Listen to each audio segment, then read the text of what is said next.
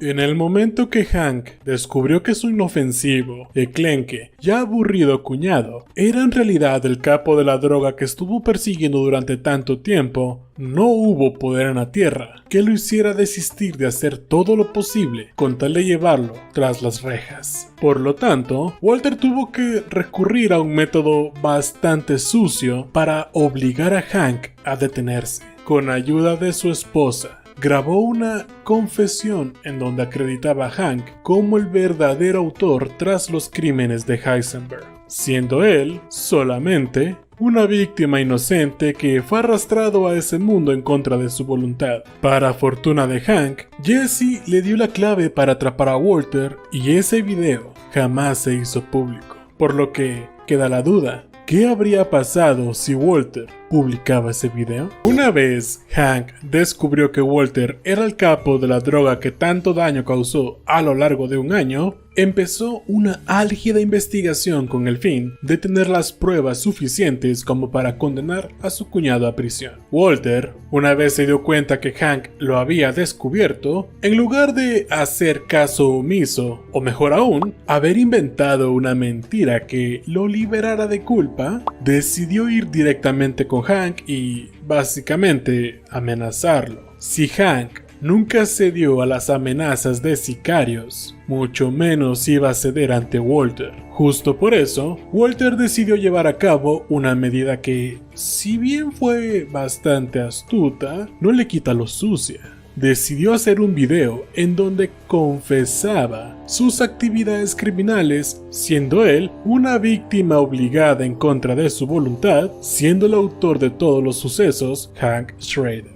La pregunta en cuestión es, de haberse hecho público ese video, ¿qué sucesos desataría? ¿Qué calamidad traería en estos personajes? Especialmente en Hank, o mejor dicho, ¿tan siquiera se tomaría en serio dicho metraje? Digo, teniendo en cuenta que este último era considerado un héroe de la DEA. Bueno, para empezar hay que sintetizar la historia que Walter inventó para determinar qué tan verosímil era. Trae a colación el cáncer, sus problemas de dinero y lo vulnerable que estaba en ese momento. Ante eso, Hank repentinamente lo llevó a una de sus operaciones de la DEA y le mostró cuánto dinero se ganaba en el negocio de la meta. Algo que muchos agentes y compañeros de Hank, incluido Gómez, pueden confirmar, pues estuvieron ahí cuando Hank llevó de excursión a Walter en el primer episodio.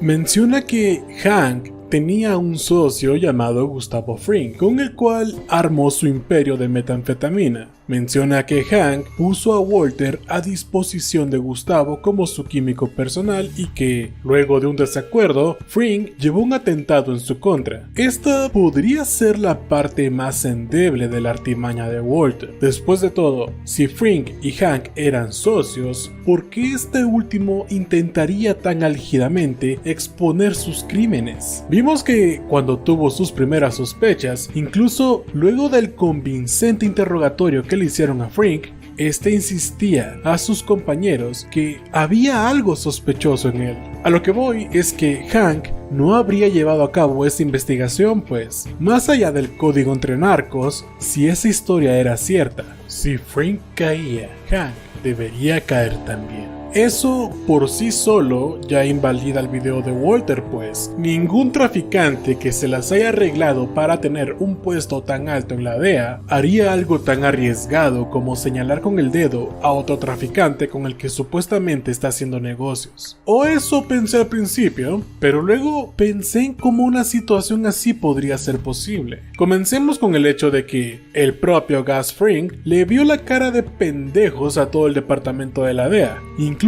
al jefe de ese entonces, el cual ocasionalmente invitaba a Fring a su casa para cenar. Así que podemos descartar la declaración de que la DEA notaría de inmediato si hubiese un traficante infiltrado entre ellos. Cualquier argumento como "es que Hank siempre parecía tan incorruptible y de moral firme" se puede aplicar a Gustavo Fring.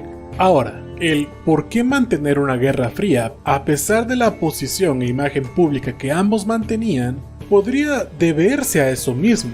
Era una guerra fría, una que Hank estaba jugando de forma sucia, aprovechando su posición como figura de la ley, dando por hecho que, aun si Gustavo lo acusara, no habría evidencia que lo respaldara y por lo tanto el único perjudicado sería el tipo de los pollos. De la misma manera, Hank tenía que exponerlo de tal forma que pareciera que realizó una investigación genuina con pruebas sólidas ajenas a algo que él pudiese manipular. Una posición ventajosa que haría que Gustavo tomara la medida desesperada de mandarle 2 sicarios para que lo mataran. El hecho de que Hank declarara que fue advertido por una voz misteriosa sobre dicho ataque no sería precisamente bueno para él en este contexto. Los agentes de la DEA nunca indagaron mucho al respecto de esa misteriosa llamada, pero es evidente que quien la hizo tuvo que haber sido alguien que estuviese en el mundo criminal, sí o sí. Por lo tanto, ¿por qué un criminal advertiría a un agente de la DEA de un ataque?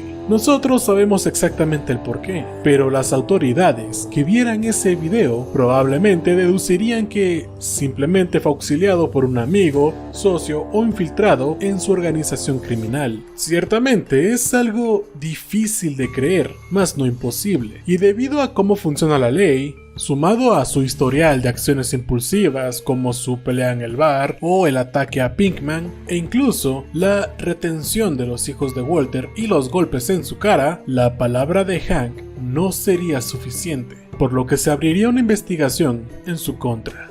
Walter hizo el video con el objetivo de obligar a Hank a detener su investigación, pero en el caso de que ese video saliera a la luz, el químico de Meta probablemente calculó que, más allá de un intenso interrogatorio, juntando las evidencias y la asistencia legal de Saúl, él saldría mejor parado de toda esa situación, a diferencia de su cuñado. Y es solo que muchas de las acciones pasadas de Hank no serían de mucha ayuda a la hora de meditar la situación. ¿Cómo es posible que, en medio de una inocente búsqueda por el paradero de su cuñado, terminara matando a uno de los capos de la droga más peligrosos en Nuevo México? ¿Cómo es que, ante una oportunidad de trabajo tan buena, se mantuviera renuente a realizar dicho traslado e insistir con un caso local que ya se había cerrado?